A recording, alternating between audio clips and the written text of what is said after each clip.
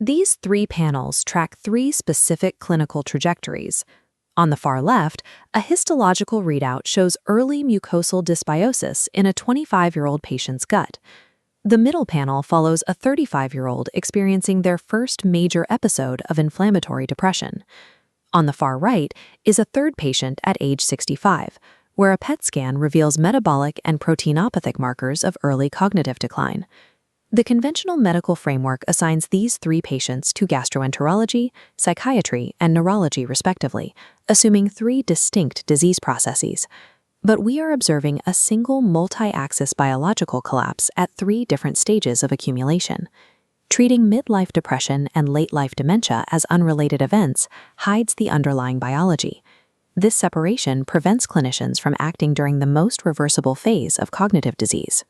This ecological drift, the loss of beneficial bacteria and the resulting degradation of the cellular barrier, represents the earliest upstream biological cause of the multi-axis collapse. Midlife depression serves as the earliest legible clinical symptom of this same biological cascade. This creates a convergence called the double first. The upstream ecological cause and the downstream psychiatric symptom occurs simultaneously in the patient's timeline. Correcting the gut ecology during a depressive episode provides the highest leverage intervention available across the entire continuum. Mood disorders frequently serve as the very first legible reading of an organ we ferment our food with. We map this by welding two clinical models. The Microbial Prologue details how losing beneficial bacteria drives inflammation up the vagus nerve. Below it, the Depression Continuum frames mood disorders as a reversible 5-axis pathology, spanning synaptic to perineuronal systems. While the Depression Continuum explains a brain's failure, it lacks a modifiable variable that initiates the collapse. The gut's ecological drift provides that missing variable, pushing all 5 axes in a pathological direction simultaneously. This synthesis identifies gut dysbiosis as the master initiator of the depression to dementia trajectory. This mechanism is visible at the tryptophan partition axis, where psychiatric and neurological symptoms converge. Normally, tryptophan converts to serotonin via the TPH2 enzyme, maintaining mood. But gut bacteria metabolize dietary tryptophan into indoles, actively siphoning the substrate away from the brain's serotonin pool. Second, as the gut barrier weakens, gut-derived endotoxins, or LPS, enter systemic circulation and raise inflammatory cytokines. These cytokines transcriptionally induce the IDO enzyme, which forces the remaining tryptophan down the kynurenine pathway. This shift starves the TPH2 enzyme, halting serotonin synthesis. The resulting depressive episode resists standard SSRIs because the brain lacks the raw material to produce the neurotransmitter in the first place.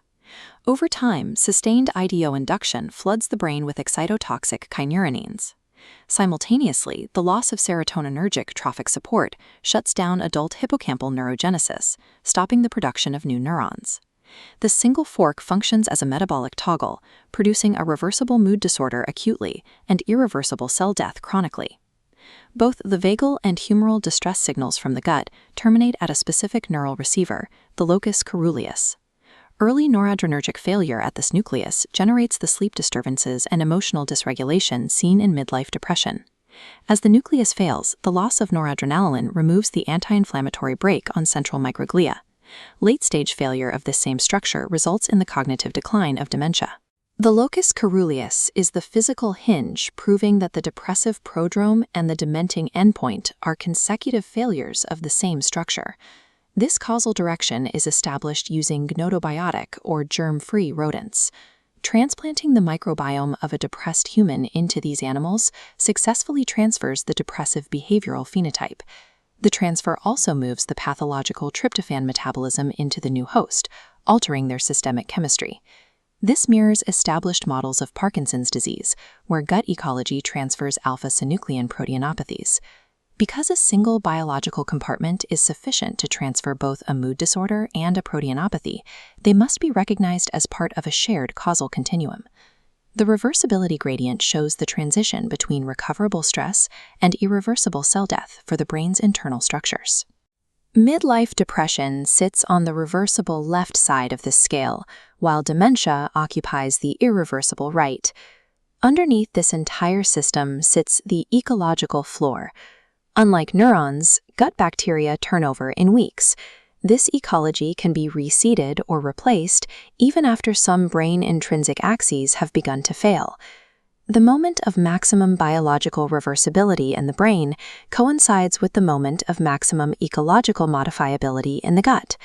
Correcting the ecological floor before the brain substrate crosses the threshold into irreversible damage is the only way to arrest the trajectory. Gut-directed therapies for inflammatory depression act as simultaneous dementia prevention. These therapies aim to restore butyrate producers and repair the barrier to lower endotoxin levels, resetting the IDO pathway. The ultimate test of the double first model is whether transferring a treatment-resistant depressed microbiome into a rodent eventually triggers microglial priming and locus coeruleus vulnerability. The psychiatrist treating mood and the neurologist treating memory are fighting the same process, separated only by 3 decades. Midlife depression is a fermented prodrome, a biological prologue written in the gut that, if caught in the mood phase, can still be entirely rewritten.